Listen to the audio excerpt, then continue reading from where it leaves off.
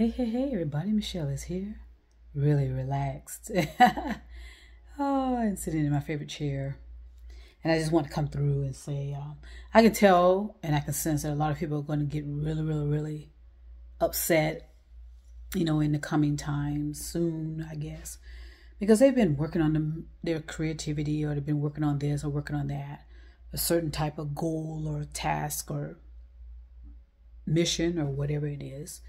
And they're going to believe that they're not making a difference, and that things are not turning out as they had hoped for.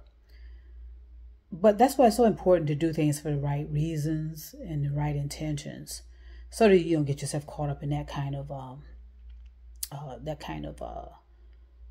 self. I mean, it ruins the inspiration, the motivation that you build up, over the course of time. Yes, a lot of us are going to be completely ignored.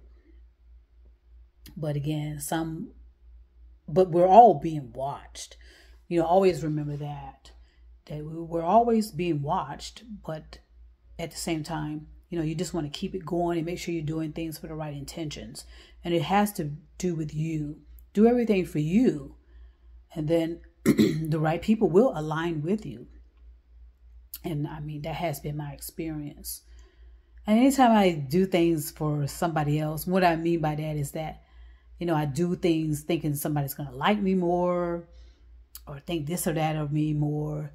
It doesn't work out, or it hasn't worked out for me. Now, it may have worked out for some, but that's why I do things to improve myself and be as genuine and as honest as I can about my intentions, and hope. And then it lines up much better that way when I make it clear what my intentions are, and who doesn't want to be liked, who doesn't want to find love, who doesn't want to be noticed sometimes, and receive good news about their efforts, be supported. Who doesn't want that kind of stuff attached to you? But when you do things for the right intentions, it happens. It happens. So that's why I stopped doing certain things. I just put it out there, and whatever sticks, and whatever doesn't, it doesn't, and leave it at that. That works best for me. I know there are certain rules everyone has about, what they mean by transparent, what people mean by creativity, what everybody think they know and understand, about the realities of life. And for the most part, we don't understand. So you just need to have the right intentions and know that, sometimes you win, sometimes you lose, but as long as you have the right intentions and there's nothing that you were doing to manipulate people, deceive them, just keep it moving. That's all I do. And it works. And you feel a bit more balanced. Yes, I have my concerns like everybody else. But at the same time, I reason through it and make sure everything's logical and rational. And logical and rational. And that I understand that we all have certain, processes of life that we go through that may not be favorable or appear to be favorable. So just keep it moving, like I said. But again, a lot of people are going to be upset. I can sense it, frustrated, and they're going to lack the motivation again. They're going to lack the inspiration, and that's that turbulence a lot of people go through. A turbulence of their life, and that's why they constantly have to be motivated and constantly have to be inspired.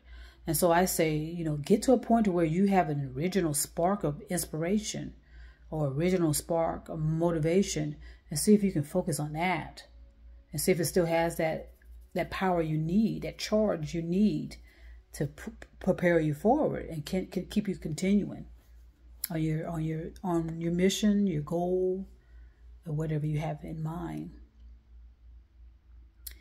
So yes, I can sense a whole lot of Because, you know, I pay attention to people. I pay attention to actions and words, and you know, I pay attention to, you know, the vibe and the energy of what's going on online and what's going on offline.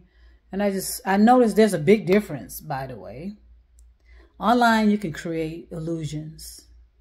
I'm just being honest.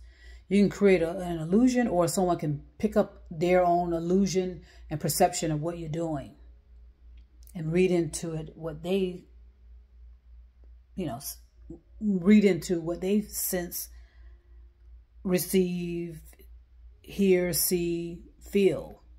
Okay, so things do touch people differently, and it ought to, but at the same time, it needs to come to something that's, like I said, reproducible. You can recreate it, you can reproduce it,